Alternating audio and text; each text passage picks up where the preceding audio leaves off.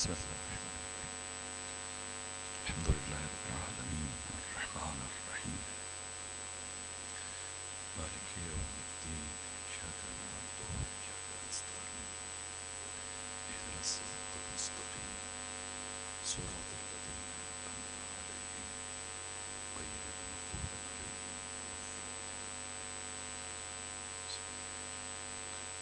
أعوذ بالله من الشيطان الرجيم بسم الله الرحمن الرحيم الحمد لله رب العالمين بارئ الخلائق أجمعين الحمد لأهله والصلاة على أهلها الصلاة والسلام على سيد الأنبياء والمرسلين العبد المؤيد الرسولنا المسدد المصطفى الأمجد الحبيب الأحمد النبي الأمي المكي المدني السراج المنير الكوكب الدري صاحب الوقار والسكينة المدفون بأرض مدينة سيدنا ونبينا وشفيع ذنوبنا طبيب قلوبنا وحبيب نفوسنا ومولانا أبي القاسم محمدا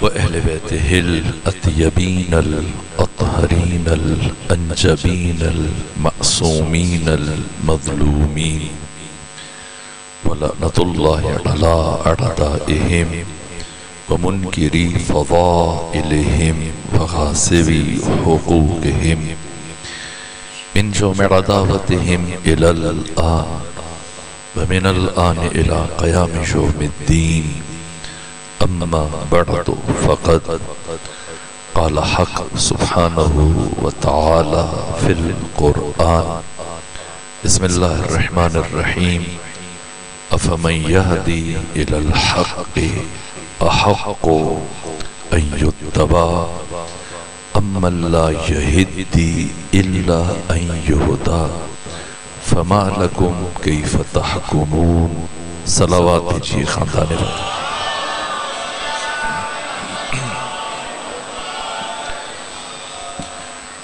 روز شہادت امام ششم امام جعفر صادق علیہ الصلوۃ والسلام معصومین کی بارگاہ میں اور آپ مومنین کی خدمت میں تعزیت پیش کرتا ہوں. اب بہت دیر سے علماء کرام کی بیانات سے استفادہ کر رہے ہیں. آقا حسین شیرازی ہمارے بہت ہی عزیز دوست اور اہل علم شخصیت ہیں. آپ نے ان کے بیانات سے استفادہ کیا اور اب ضرورت نہیں ہے کہ مزید کوئی تفصیلی گفتگو کی جائے. اور موسم کی برہمی کا خیال رکھتے ہوئے میں بھی مختصر گفتگو چند بات چونکہ چھٹے امام کی شہادت کا دن ہے چند باتیں امام صادق سے متعلق عرض کروں گا اور چند جملے رہبر شہید سے متعلق عرض کروں گا. وجود مبارک امام صادق علیہ السلام حق تعالی نے آپ کے نور کو 17 ربیع الاول 83 ہجری کو پیکر بشری میں اس کائنات میں بھیجا اور آپ کی شہادت 148 ہجری 25 شوال آج کے دن 25 شوال کو شہادت کے وقت آپ کی عمر مبارک 65 سال 7 مہینے اور 5 دن تھی. تمام آئمہ میں سن و سال کے اعتبار سے آپ کبیر السن اس لیے آپ کو شیخ الائمہ کہا جاتا ہے.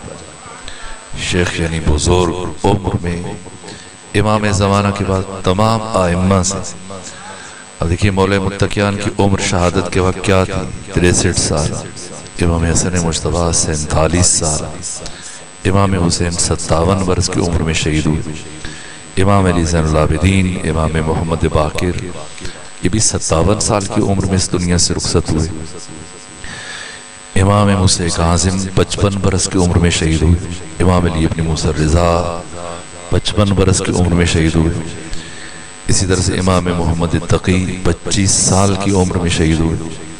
امام علی نقی 40 برس کی عمر میں شہید ہوئے۔ امام حسن عسکری 28 برس کی عمر میں شہید ہوئے۔ اس اعتبار سے ان تمام ائمہ کی نسبت ظاہری سن امام کا سب سے زیادہ ہے، 65 سال 7 مہینے 5 دن، جن میں سے 31 سال 8 مہینے اور 20 دن آپ نے نائب امام کی حیثیت سے گزارے، اور 33 سال 10 مہینے 18 دن آپ کا عہد امامت، اور آپ کا جو دور امامت، اس میں جو سلاطین اور حکمران بنو امیہ کی حکومت ختم ہو رہی ہے، 132 ہجری میں 92 سال مکمل کرنے کے بعد بنو امیہ کی حکومت ہمیشہ کے لیے ختم ہوئی، اور 132 سے لے کر 656 ہجری تک 524 سال پھر بنو عباس نے حکومت کی۔ اور آپ کے معاصر حکمرانوں میں سے پہلے مرحلے میں خود منصور دوانقی بنو عباس کا دوسرا حکمران ہے۔ اب دیکھیں جتنے افراد جہاں تشریف فرما ہیں، اب سب کے سب مصطفی ہیں، علوی ہیں، حسنی ہیں، حسینی ہیں، مہدوی ہیں۔ اس کے باوجود عالمی سطح پر دوست دشمن آپ کو جعفری کہہ کے بلاتے ہیں۔ کیا وجہ ہے؟ اس لیے کہ پہلی مرتبہ ان تمام ائمہ میں سے امام صادق کو یہ موقع ملا کہ وہ علوم اہل بیت کو تشت اسبام کریں، لوگوں تک پہنچائیں، چونکہ بنو امیہ بنو عباس ایک دوسرے کے ساتھ برسر پیکار تھے۔ اس فرصت سے امام نے فائدہ اٹھایا، اگرچہ میں دیگر مجالس میں ان حالات کو بیان کر چکا ہوں کہ حالات سادہ نہیں تھے، بہت پیچیدہ تھے۔ اس کے باوجود امام نے تمام مشکلات کو نظر انداز کیا اور دنیا کی عدیم النظیر بے مثال یونیورسٹی کا آغاز کیا۔ اب دیکھیے آج کی متمدن مہذب مثقف دنیا، بڑی بڑی یونیورسٹیاں ہیں، آکسفورڈ ہے، کیمبرج ہے، کیلیفورنیا، ہارورڈ یونیورسٹی اور بڑی درسگاہیں، لیکن دنیا کی کسی یونیورسٹی میں سارے کے سارے علوم تدریس نہیں کیے جاتے۔ چشم فلک نے یہ منظر پہلی مرتبہ دیکھا، امام صادق کے درس میں بیک وقت 4000 شاگرد مختلف علوم میں۔ شروع میں جب کوئی شخص آتا امام کے مقابلے میں آ جاتا، مناظرے کا چیلنج دیتا، امام اسے گفتگو کرتے، مناظرہ کرتے۔ رفتہ رفتہ وقت گزرنے کے ساتھ ساتھ مختلف علوم میں امام نے اتنی بڑی بڑی شخصیتوں کو تیار کیا۔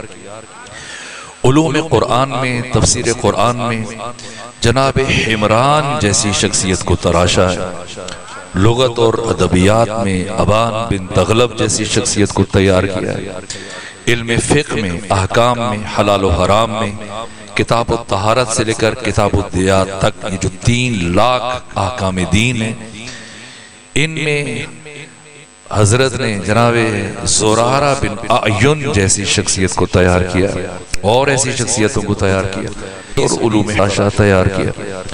علم کلام میں، اصول دین میں، عقائد میں، توحید و معاد میں مومن طاق جیسی شخصیت کو تیار کیا، حکمت و فلسفہ میں حشام بن حکم جیسی شخصیت کو تیار کیا، علم کیمیا میں، علم کیمسٹری میں جناب جابر بن حیان جیسی شخصیت کو تیار کیا۔ یہ جو بچے یہاں 400 کتابیں لکھی اور اپنی ایک کتاب کے آغاز میں یہ تاریخی جملہ لکھا کہ قیامت تک آنے والا کوئی ایک دانشور میرے کسی بھی نظریے کو رد نہیں کر سکتا۔ کیوں؟ اس لیے کہ میں امام جعفر صادق کا شاگرد ہوں۔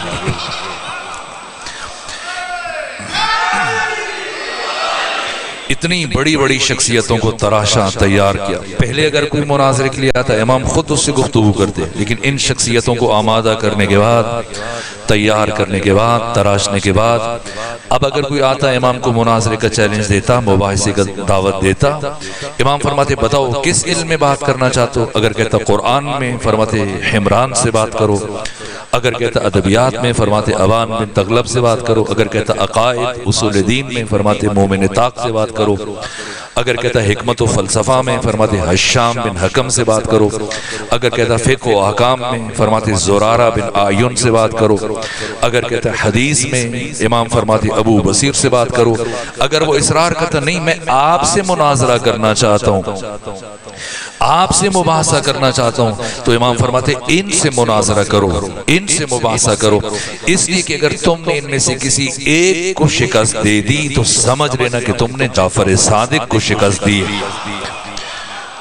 مرید پرور نہیں تھے، شخصیت پرور تھے، اور یہاں تک کہ پھر آپ کی شاگردان رفتہ رفتہ پوری اسلامی دنیا میں 3 بر اعظموں میں پھیلے، اور اب پوری اسلامی دنیا میں جو بھی عالم ہے، دانشور ہے، یا تو براہ راست آپ کا شاگرد ہے یا آپ کی کسی شاگرد کا شاگرد ہے۔ حسن بن علی وشاہ یہ عظیم الشان محدث کہتے ہیں کہ میں مسجد کوفہ میں داخل ہوا اور میں نے عجیب منظر دیکھا کہ صحن مسجد میں اور مسجد کے اندر ہر جانب، ہر جگہ پر لوگ ٹولیوں کی شکل میں، گروہوں کی شکل میں گفتگو کر رہے ہیں، علمی مسائل کے اوپر اظہار خیال کر رہے ہیں۔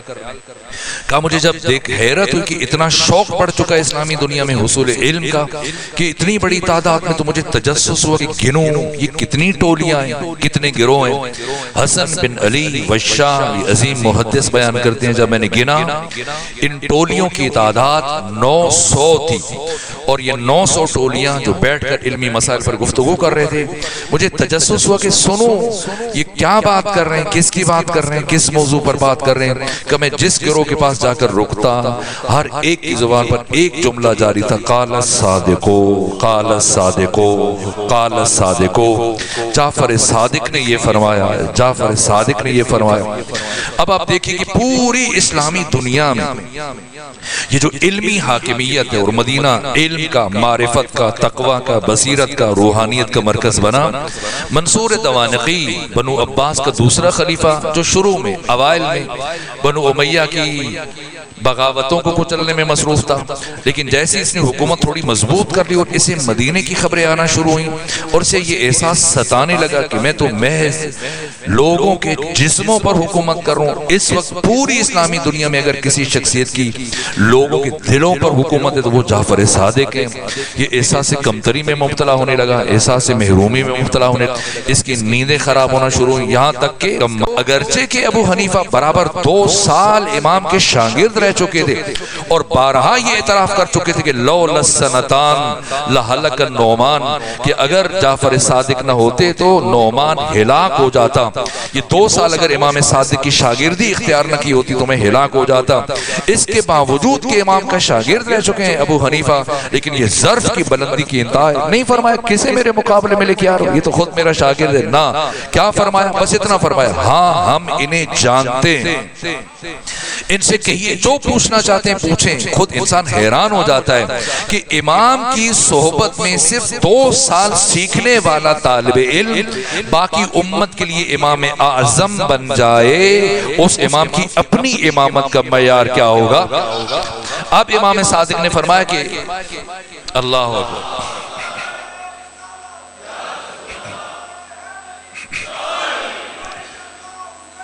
لبیک یا حسین، لبیک۔ نقصان اس کے جسم سے ایسا بدبو اور تعفن اٹھے گا کہ دوسروں کے لیے ناقابل برداشت ہو جائے گا، اور تیسرا نقصان کی قسی القلب ہو جائے گا، سنگ دل ہو جائے گا، پتھر دل ہو جائے گا، درندہ بن جائے گا، وحشی بن جائے گا، انسانیت سے نکل جائے گا۔ کہ اچھا اس کا مطلب کہ اتنا نقصان ہے مردار کے گوشت میں، تو ہمیں کیسے پتہ لائیں یہ مردار کا گوشت ہے یا ذبیحہ کا گوشت ہے. ہو سکتا ہے کہ قصاب نے خیانت کی ہو اور ہمیں مردار کا گوشت کاٹ کے دے دے ذبیحہ کے نام پر, اور وہ ہم خود گھر والوں کو کھلا دیں, خود کھا لیں. تو کیسے پتہ چلے؟ اہل ملتان کا مجھے نہیں معلوم, تو اہل لاہور کتنے سال تک گدھوں کا گوشت کھاتے رہے, مرغا اسی طرح سے مردہ جانوروں کا گوشت کھاتے رہے. تو ممکن ہے قصاب خیانت کر سکتا ہے, آج بھی خیانت کر سکتا ہے. تو کیسے پتہ چلے کہ جو ہم نے بازار سے گوشت خریدا ہے یہ مردار کا ہے یا ذبیحہ کا ہے؟ امام نے فرمایا اگر تمہیں شک ہو کہ قصاب نے خیانت کی ہے تو گوشت کو گھر میں لانے کے بعد اس گوشت کو آگ پر رکھو, اگر سکڑنا شروع ہو جائے تو ذبیحہ, پھیلنا شروع ہو جائے تو مردار ہے.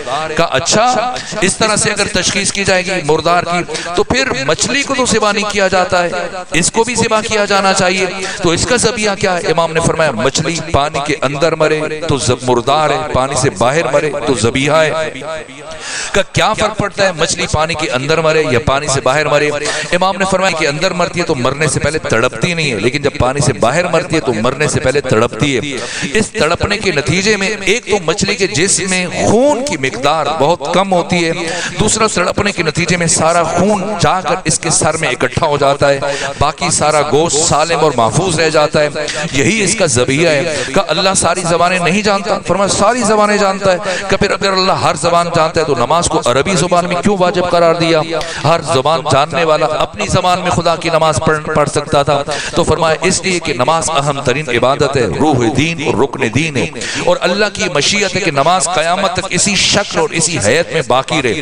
تو نماز کو قیامت تک اسی شکل میں باقی رکھنے کے لیے اللہ نے اسے عربی میں واجب قرار دیا تاکہ تحریف, تغیر و تبدل سے محفوظ رہے. ورنہ اگر اللہ یہ اجازت دے دیتا کہ ہر زبان والا اپنی زبان میں نماز پڑھے تو نماز کی شکل بدل جاتی, حیت بدل جاتی, یہ تحریف, تغیر و تبدل کا شکار ہو جاتی. کہا اللہ ہر جگہ موجود نہیں ہے؟ فرمایا ہر جگہ موجود ہے. کہ اگر خدا ہر جگہ موجود ہے تو اللہ نے خانہ کعبہ کو قبلہ کیوں قرار دیا ہے؟ جس کا جی چاہے جس طرف منہ کر کے نماز پڑھے, جب خدا ہر جگہ موجود ہے.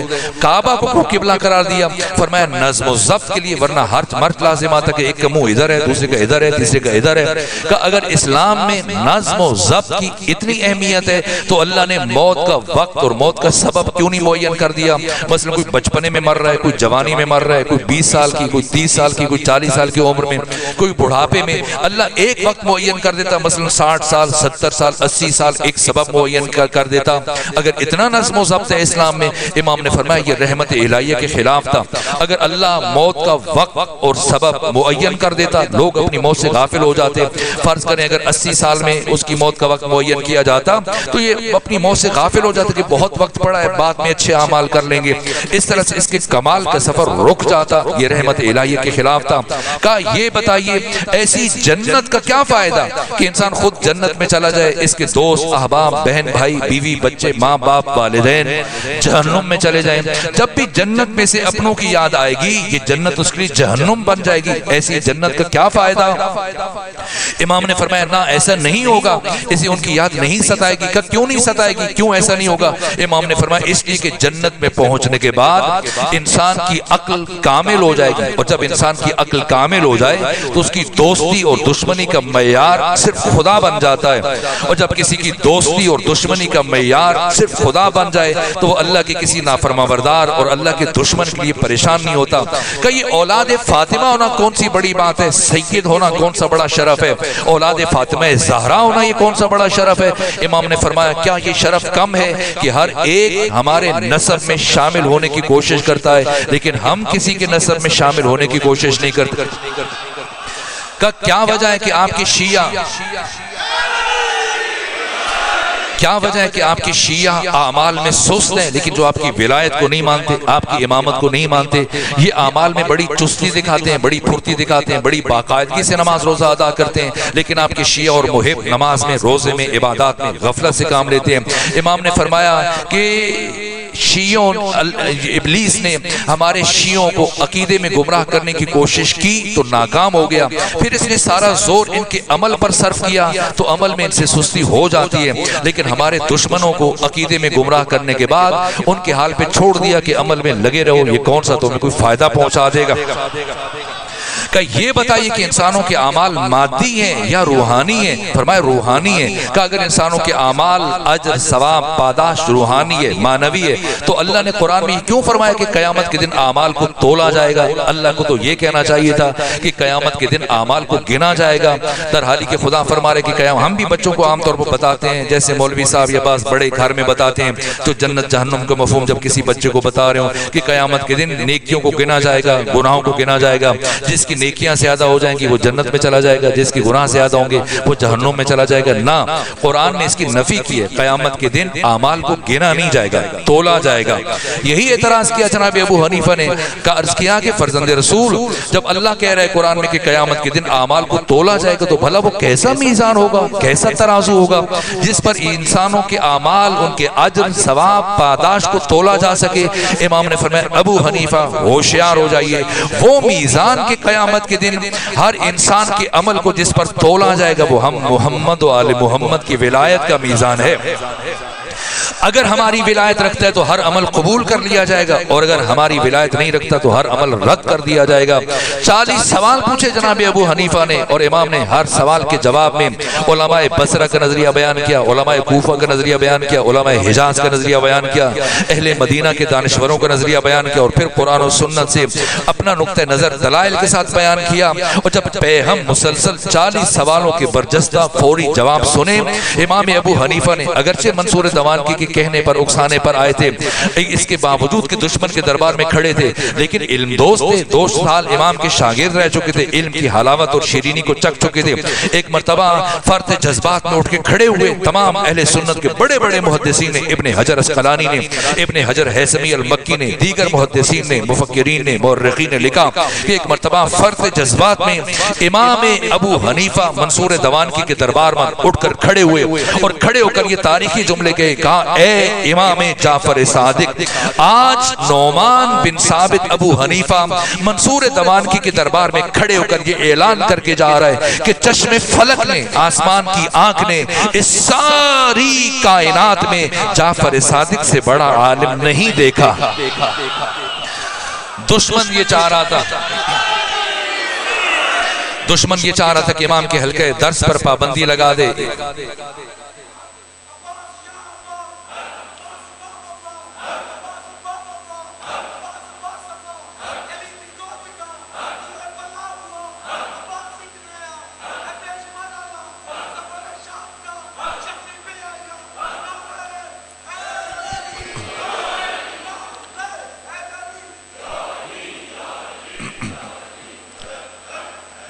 شرمندہ وقت تمام ہو رہا ہے، بس چند جملے تاکہ ہم نتیجے کی طرف بڑھیں۔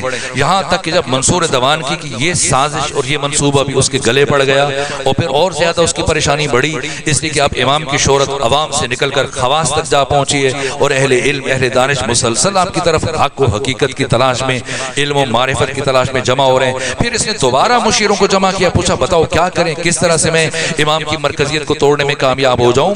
تو ایک مشیر نے اسے مشورہ دیا کہ ٹیکس عائد کر دو، اس طرح سے مدینے میں یہ قانون جاری کرو کہ آج کے بعد اگر کوئی جعفر صادق کے پاس جائے گا دین سیکھنے کے لیے، مسئلہ پوچھنے کے لیے، علم حاصل کرنے کے لیے، تو اسے سرکاری خزانے میں 1 درہم ٹیکس جمع کرانا پڑے گا، لیکن اگر اس کے برخلاف کوئی حکومت کے کسی مفتی کے پاس جائے گا تو اسے تشویق کے طور پر 1 درہم تحفے میں دیا جائے گا۔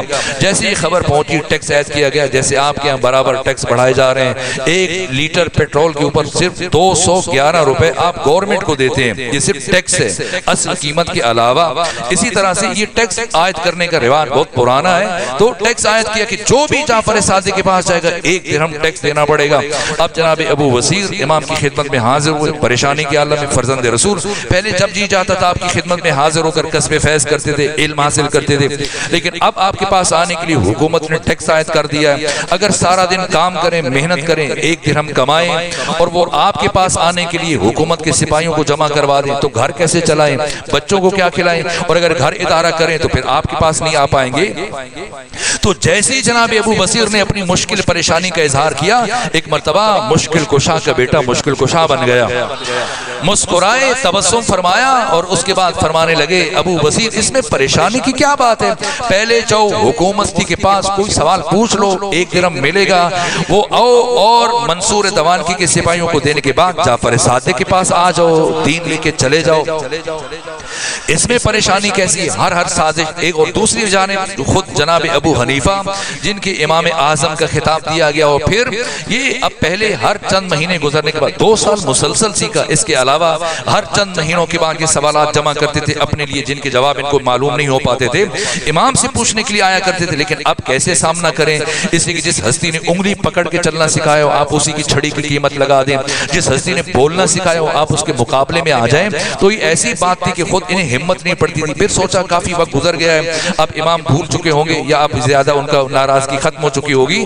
تو 2-2.5 سال گزرنے کے بعد یہ مکہ حج کے لیے گئے، اور حج سے واپسی پر مدینہ آئے، امام کے دروازے پر رکے، دق الباب کیا، دستک دی، ایسے میں امام کے خادم نے جب دروازہ کھولا دیکھا سامنے جناب ابو حنیفہ کھڑے، تو انہوں نے کہا کہ مجھے امام صادق نے ایک فہرست دے رکھی ہے جن میں کچھ نام ہیں، اور امام نے مجھے کہہ رکھا ہے کہ ان افراد کے ساتھ میں ہرگز ملاقات نہیں کروں گا، اور آپ کا نام بھی اس فہرست میں شامل ہے، اس لیے آپ واپس تشریف لے جائیے، آپ چلے جائیے، امام آپ سے ملاقات نہیں کریں گے۔ لیکن اس کے باوجود وہ دروازے پر رکے رہے، یہاں تک کہ اہل کوفہ کا ایک وفد آیا، اور جب اس وفد کو اذن باریابی ملا، امام سے ملاقات کی اجازت ملی، اور جب وہ اندر جانے لگے تو امام ابو حنیفہ بھی ان میں شامل ہوئے اور انہی کے ساتھ اندر چلے گئے، اور اندر جا کے بیٹھے۔ اس سے پہلے کہ اہل کوفہ کا وفد امام سے گفتگو کرتا، کچھ سوال پوچھتا، اس سے پہلے جناب ابو حنیفہ نے سوال کا سلسلہ شروع کیا اور کہا اے امام صادق، یہ بہت اچھا موقع ہے، میرا تعلق بھی کوفہ سے ہے، یہ اہل کوفہ کے اکابرین اور بڑے سرداروں کا وفد آپ کے پاس آیا ہے، اور میرے علم میں پچھلے کئی سالوں سے میں یہ دیکھ رہا ہوں کہ کوفہ میں آپ کے شیعہ، آپ کے محب، آپ کے چاہنے والے بعض اصحاب رسول پر لعن طعن کرتے ہیں، انہیں برا کہتے ہیں، انہیں گالیاں دیتے ہیں، ان کے اوپر لعنت کرتے ہیں، انہیں غاصب کہتے ہیں۔ تو آپ اپنے اکابرین کو، ان عزیزوں کو، اہل کوفہ کے جو بڑے خواص ہیں، سردار ہیں، انہیں ایک خط دیں، ایک تحریر دے کے بھیجیں تاکہ وہ آپ کے شیعوں تک آپ کا پیغام پہنچائیں کہ وہ بعض اصحاب رسول پر لعن طعن نہ کریں، انہیں برا نہ کہیں، اس طرح سے ان کو غاصب نہ کہیں، اور ان سے متعلق ایسے سخت الفاظ استعمال نہ کریں۔ امام نے فرمایا ابو حنیفہ کون ہماری بات سنتا ہے، کون ہماری بات کو اہمیت دیتا ہے؟ تو ابو حنیفہ کہنے لگے سب آپ کی بات کو مانتے ہیں، وہ آپ کے محب ہیں، شیعہ ہیں، پیروکار ہیں، آپ لکھ کے بھیجیں گے اور وہ سب عمل کریں گے۔ امام نے فرمایا انہیں چھوڑو، اپنی بات کرو، تم برابر 2 سال میرے شاگرد رہ چکے ہو، تم نے مجھ سے دین سیکھا ہے، فقہ، احکام، حدیث سب کچھ سیکھا ہے، اس کے باوجود کہ ابو حنیفہ میں نے سن رکھا ہے کہ آج کل آپ نے امامت کا دعویٰ کر رکھا ہے اور اپنے تئیں خود کو امام سمجھتے ہیں، کہ ظاہر ہے جب اللہ نے یہ صلاحیت مجھے دے رکھی ہے تو میں کیوں امامت کا دعویٰ نہ کروں اور کیوں لوگوں کو فائدہ نہ پہنچاؤں؟ امام نے فرمایا اگر آپ یہ سمجھتے ہو کہ آپ میں امامت کی صلاحیت پائی جاتی ہے تو یہ بتاؤ کہ اگر کوئی شخص حالت احرام میں ہرن کے اوپر والے دانت توڑ دے تو اس کا کفارہ کیا ہوگا؟ یہ سنا تو سوچ میں پڑ گیا اور کافی دیر سوچنے کے بعد سر اٹھایا، عرض کیا فرزند رسول مجھے اس سوال کا جواب معلوم نہیں ہے۔ امام نے فرمایا جناب اپنی کہ ہرن کے اوپر والے دانت ہوتے ہی نہیں ہیں، تو جب اتنا بھی نہیں پتا ہے تو پھر آپ اتنا بڑا دعویٰ کیوں کرتے ہیں اور اللہ کی بارگاہ میں گنہگار ہو رہے ہیں اور خود کو امام سمجھتے ہیں اور خود کو امام کہلواتے ہیں؟ اور میں نے سنا ہے کہ آپ دین میں قیاس سے کام لیتے ہیں، درحالی کہ سب سے پہلے جس نے دین میں قیاس سے کام لیا وہ ابلیس تھا۔ کہا فرزند رسول اگر مجھے کسی مسئلے کا حل اور جواب قرآن سنت حدیث سے نہ ملے تو بتائیں، قیاس کے علاوہ میرے پاس کیا راستہ رہ جاتا ہے؟ امام نے فرمایا ابو حنیفہ اگر آپ کا منہج قیاس ہے، مسلک قیاس ہے، مشرب قیاس ہے، اگر آپ کا مذہب قیاس ہے اور آپ قیاس سے استنباط حکم شرعی کو صحیح مانتے تو یہ بتائیں قتل بڑا جرم ہے یا بدکاری بڑا جرم ہے؟ کہ قتل بڑا جرم ہے۔ امام نے فرمایا ایسا ہی ہے، قتل بڑا جرم ہے، لیکن یہ بتائیں اگر قتل بڑا جرم ہے اور بدکاری چھوٹا جرم ہے تو قتل جو بڑا جرم ہے اس کے ثبوت کے لیے 2 گواہ کافی ہیں، لیکن بدکاری جو چھوٹا جرم ہے اس کے ثبوت کے لیے دین میں 4 گواہ شرط ہیں۔ تو بڑے جرم کے لیے 2 گواہ، چھوٹے جرم کے لیے 4 گواہ۔ اگر منہج قیاس ہے تو بتائیں اس فرق کی وجہ کیا ہے؟ کہ نہیں معلوم۔ امام نے فرمایا بتاؤ نماز افضل ہے یہ روزہ؟ کا نماز افضل ہے۔ امام نے فرمایا ایسا ہی ہے، نماز افضل ہے، روزہ کا درجہ بعد میں ہے، لیکن جب ایک خاتون مہینے کے کچھ دن کسی وجہ سے نماز نہیں پڑھ سکتی اور روزہ نہیں سکتی اور دوبارہ جب پاکی کی حالت میں پلٹتی ہے تو اس پر روزوں کی قضا تو واجب ہے لیکن نماز کی قضا واجب نہیں ہے۔ تو جو افضل ہے اس کی غذا نہیں ہے، اور جو افضل نہیں ہے اس کی غذا اللہ نے واجب قرار دی۔ اس کی وجہ کیا ہے کہ نہیں معلوم، کہ یہ بتائیں کہ عورت کمزور ہے یا مرد کمزور ہے، کہ عورت کمزور ہے تو کہ جو کمزور ہے اس کا میراث میں حصہ زیادہ ہونا چاہیے تاکہ اس کے ضعف، ناتوانی، کمزوری کا جبران ہو جائے، کہ ایسا ہی ہے۔ امام نے فرمایا لیکن برعکس ہے، عورت کا حصہ کم ہے، بتائیں اس کی وجہ کیا ہے، کہ نہیں معلوم۔ اور امام سوالات کرتے چلے گئے اور وہ کسی ایک سوال کا جواب نہیں دے پائے، اس نے 40 سوال پوچھے، امام نے ہر سوال کا جواب دیا۔ آج امام نے بھی 40 سوال پوچھے، وہ کسی ایک سوال کا جواب نہیں دے پائے، اور جب امام نے آخری سوال پوچھا فرمایا اے ابو حنیفہ یہ بتائیے، یہ جو قرآن مجید کی آیت ہے کہ ثم لتسألن یومئذ عن النعیم، کہ پھر قیامت کے دن ان سے نعمتوں سے متعلق سوال کیا جائے گا، بتائیے وہ کون سی نعمتیں کہ خدا جن سے متعلق فرما رہے کہ صادق کا تسلسل ہے۔ اور ان تمام صدیوں میں، ان تمام سالوں میں امام صادق سے لے کر آج تک جتنی بڑی بڑی شخصیات آئی ہیں یہ سب کے سب بالواسطہ مکتب امام صادق کے شاگرد ہیں، جن پر بشریت کو افتخار ہے۔ اور ان برجستہ ترین شخصیات میں سے ایک شخصیت ہے وہ راہبر شہید ہیں، کہ جنہوں نے اس بام عروج پر تشیع کو پہنچایا ہے، کہ فلسفہ شہادت میں شہید مرتضیٰ مطہری نے یہ تاریخی جملہ لکھا، وہ فرماتے ہیں کہ شہید کا خون تلوار سے زیادہ طاقتور ہے، شہید کا خون تلوار سے زیادہ طاقتور ہے۔ کیوں؟ اس لیے کہ تلوار جسموں کو کاٹتی ہے اور شہید کا خون تاریخ کے دھارے کو بدلنے کی صلاحیت رکھتا ہے۔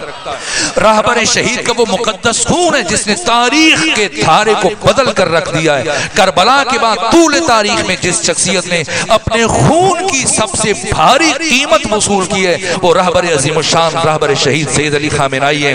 یہ راہبر شہید کہ جنہوں نے 86 سال مسلسل اس طرح سے جد و جہد کیے اسلام ناب محمدی نظام ولایت کی سربلندی کے لیے، اتنی بابرکت، اتنی مبارک زندگی بھر ایسا نہیں، راہبر خود شہید شہادت برائے شہادت کے قائل نہیں تھے، خود صلح الحسن کے مقدمے میں انہوں نے دیباچے میں ایک تاریخی جملہ لکھا ہے، بہت کا قائل نہیں ہے۔ اسلام کب مانتا ہے شہادت کو؟ جب کسی بڑے اعلیٰ اور عرفہ ہدف کا حصول منحصر ہو، بس اگرچہ وسیلہ ساتھ چھوڑ گیا لیکن یہ ایک جملہ سنیے، اسی بھی گفتگو ختم کر دیتے ہیں۔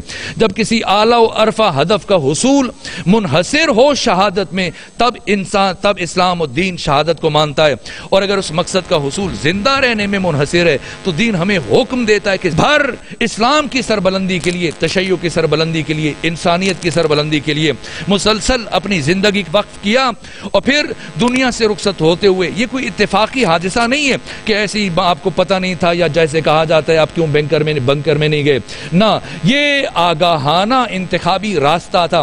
راہبر شہید جن کی شہادت کی خبر آیت اللہ حسن زادہ عمری نے کئی سال پہلے سے دے دی تھی کہ مجھے زمانہ کی بارگاہ میں ان کا کیا درجہ ہے، کیا مقام ہے، کیا شرف ہے، تو آج کے دن کوئی ایک فرد بھی قم میں اپنے گھر میں نہ رکتا۔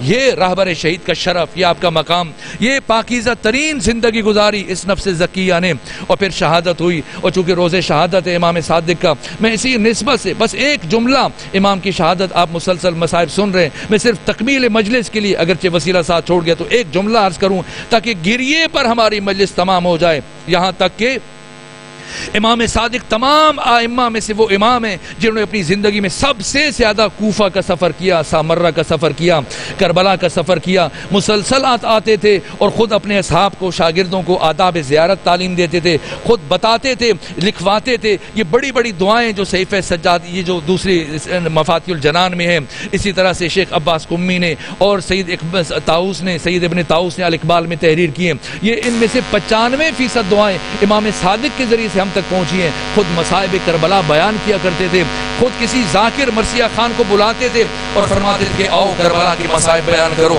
اور ایک مرتبہ کسی محفل میں جناب حضرت ابو بصیر نے امام سے پوچھا کہ بتائیں ایک باپ کے لیے زندگی میں سب سے خوبصورت لمحہ کون سا ہوتا ہے؟ امام نے فرمایا کسی باپ کے لیے زندگی کا سب سے خوبصورت لمحہ وہ ہوتا ہے کہ جب وہ اتنا بڑا ہو جائے، اس کا بیٹا، اس کا قد اتنا بڑا ہو جائے کہ اس کا قد اپنے باپ کے قد کے برابر ہو جائے۔ یہ ایک باپ کی زندگی کا سب سے خوبصورت لمحہ ہوتا ہے۔ پھر جناب ابو بصیر نے سوال کیا، فرزند رسول یہ بتائیے کہ ایک باپ کے لیے اپنی زندگی میں سب سے زیادہ سخت اور مشکل مرحلہ کون سا ہوتا ہے؟ امام نے فرمایا جب اسی باپ کو اپنے اسی بیٹے کی لاش اٹھانی پڑ جائے۔ اور پھر امام نے رخ کیا کربلا کی طرف اور کہا السلام علیک یا ابا عبداللہ، اور پھر اس لمحے کو یاد کیا کہ کس طرح سے میرے جد حسین نے اپنے بیٹے علی اکبر کی لاش اٹھائی. 72 کی لاشیں اٹھانے والے حسین علی اکبر کی لاش نہیں اٹھائی جا رہی ہے. یہاں تک کہ ثانیہ زہرا نے جب در خیمہ سے یہ منظر دیکھا کہ اب بھیا حسین سے علی اکبر کی لاش نہیں اٹھائی جائے گی، ایک مرتبہ بنو ہاشم کے چھوٹے چھوٹے بچوں کو جمع کیا، فرمایا جاؤ امام وقت کی نصرت کرو. یہ چھوٹے چھوٹے بچے میدان کربلا میں واہ علیہ واہ محمدہ واہ حسینہ کی صدائیں بلند کرتے ہوئے پہنچے. سب نے مل کر علی اکبر کی لاش کو اٹھایا اور حسین ابن علی اکبر کی لاش کے پیچھے پیچھے چل رہے ہیں. حالت کیا ہے؟ امامہ گلے میں، دونوں ہاتھوں سے ماتم کر رہے ہیں اور یہ نوحہ پڑھ رہے ہیں، یا بنیا علی الدنیا بعدک الافا، بیٹا علی اکبر تیرے بعد اس زندگانی دنیا پر خاک ہو. بس میرے عزیزو آخری جملہ عرض کروں، یہ تو باپ کی حالت ہے، ماں کی حالت کیا ہے؟ میں نے پڑھا ایک مرتبہ جیسی لاشا پہنچا جناب علی اکبر کا خیام میں، ساری بیبیاں سمٹ کر اکٹھی ہوئیں، ایسا کوہرام برپا ہوا کہ دشمن مڑ مڑ کر دیکھ رہا تھا. ایسے میں کچھ لمحے گزرنے کے بعد ثانیہ زہرا نے سر اٹھایا، داہنے بائنے دیکھا، دیکھنے کے بعد فرمایا اے فضہ مجھے ام لیلہ نظر نہیں آ رہی، مجھے شہید کی ماں نظر نہیں آ رہی ہے. شاید ابھی تک ام لیلہ کو خبر نہیں ہوئی ہے کہ علی اکبر کی لاش آ چکی ہے. جاؤ فضہ جا کے ام لیلہ کو خبر کرو علی اکبر کی لاش آ چکی ہے. اور جب جناب فضہ پہنچی اس خیمے میں جہاں ام لیلہ کا قیام تھا تو کیا دیکھا؟ بی بی خیمے کے اندر دوڑ رہی ہیں، کبھی ایک طرف گرتی ہیں کبھی دوسری طرف گرتی ہیں. حیرت سے فضہ نے پوچھا ام لیلہ بی بی کیا ہوا ہے، کیوں دوڑ رہی ہیں، کیوں بار بار گر رہی ہیں؟ کہا اچھا ہوا فضہ تم آ گئی، میں نے سنا ہے میرے علی اکبر کی لاش آئی ہے، مجھے کچھ دکھائی نہیں دے رہا. فضہ میری انگلی پکڑ کر مجھے میرے بیٹے علی اکبر کی لاش تک. پروردگار پروردگار پروردگار پروردگار ہماری عبادت کو اجرکم علی اللہ، اجرکم علی الزہراء، اجرکم ربکم، اجرکم علی اللہ، اجرکم عند اللہ، اجرکم ربکم. پروردگار ان آوازوں پہ اپنی رحمت نازل فرما، ہم سب کے گناہوں کو معاف فرما، ہمارے والدین کے گناہوں کو معاف فرما، ہم سب کو نعمت تقوی عطا فرما، امام زمانہ کے سپاہیوں کی حفاظت فرما، ہمیں آقا کا سپاہی بننے کی توفیق عطا فرما. پروردگار رہبر شہید کے نقش قدم پر چلنے کی توفیق عطا فرما، پرور زمانہ کا سپاہی بننے کی توفیق عطا فرما. تمام اسلام دشمن قوتوں کو نیست و نابود فرما، امریکہ اسرائیل ان کے حواریوں کو شکست فاش عطا فرما. پروردگار ایران، لبنان، یمن اور پوری دنیا میں امام زمانہ کے سپاہی جہاں مصروف جہاد ہیں سب کو فتح و نصرت و کامیابی و کامرانی عطا فرما. تمام مرحومین مومنین مومنات شہداء اسلام، ایسے مومنین کی جن کے لیے کوئی فاتحہ پڑھنے والا نہیں، اپنے تمام مرحومین کے لیے سورہ فاتحہ اور سورہ اخلاص کی تلاوت